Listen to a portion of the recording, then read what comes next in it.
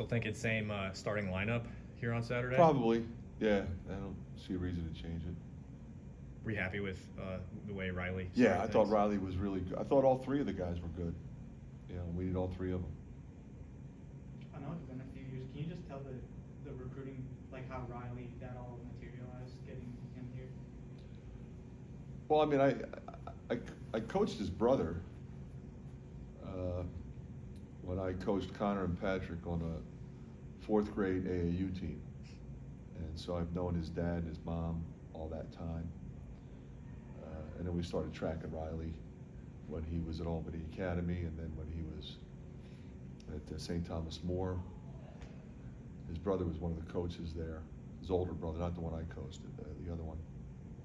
So I've known the family, and always thought he had great potential. Fabulous young man, Dean's List,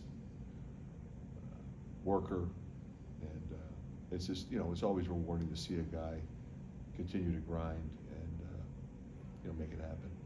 You know, Fran, you talk a lot about you move on within the moment, but as you're preparing for this game, do you bring up much about what happened in the first game against Wisconsin? Oh yeah, always. Okay. Yeah, I mean, they made 21 threes.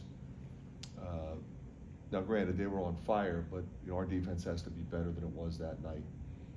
And sometimes it's a function of poor shot selection, poor ball movement on offense that leads to opportunities in transition, because they run a lot more now than they have before. The last couple of years, they've done that, and they've got a team that can do that. But they're also a team that has eight or nine guys that can make threes, so they're not an easy team to guard. So you always address what happened the last time, because we did some things well, but not enough clearly. Does addressing what happened last time include maybe what was said after the game by a member of the Badgers?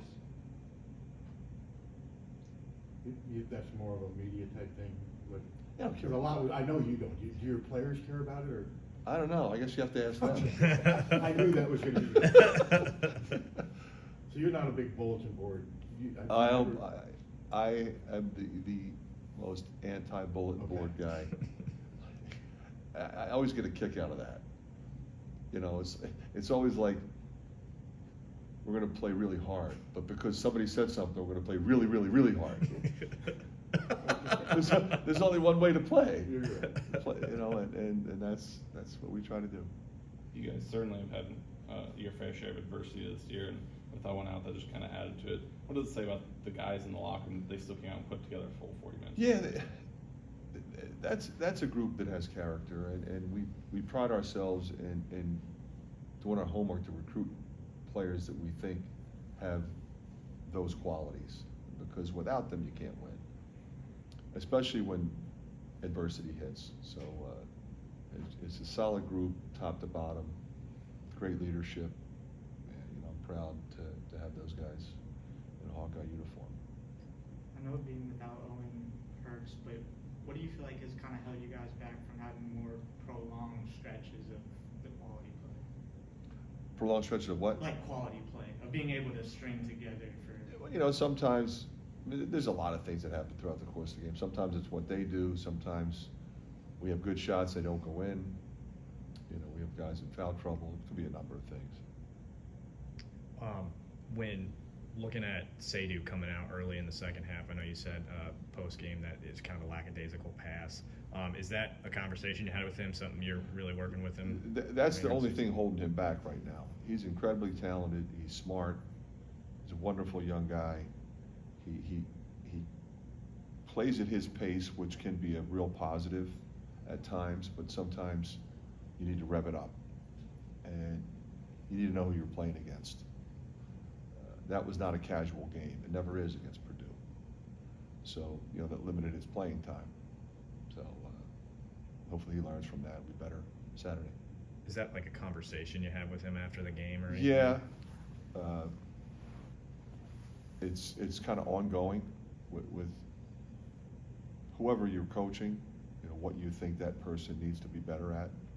Yeah, so those conversations are consistent, whether it be in film sessions, one-on-one, at practice, sometimes in the office. How important is it to not let Tanji go off? It seems like at times he just catches fire. he's, you talk about guys that have an aggressive scoring mindset, and there's a number of them in our league, always has been, always will be. But he's that guy. Tremendous confidence in himself, in his ability, constantly attacking, driving the ball in transition at half court. But he's not just a driver, he's a shooter. He's really shooting a high number from three. So those guys are hard to guard because there's a lot of space. So, it's a collective effort to contain a guy like him. Going back to Riley, so he didn't play a senior year in high school. Was that just, did you guys have an extra roster spot, or what went into that? We needed a big guy. We were looking at that time grad transfers, and we just felt like he could come in and be a guy, whether it be at practice or play him if we had to. And he's been one of the most consistent practice players we've had, and when I've called his number, he's typically produced.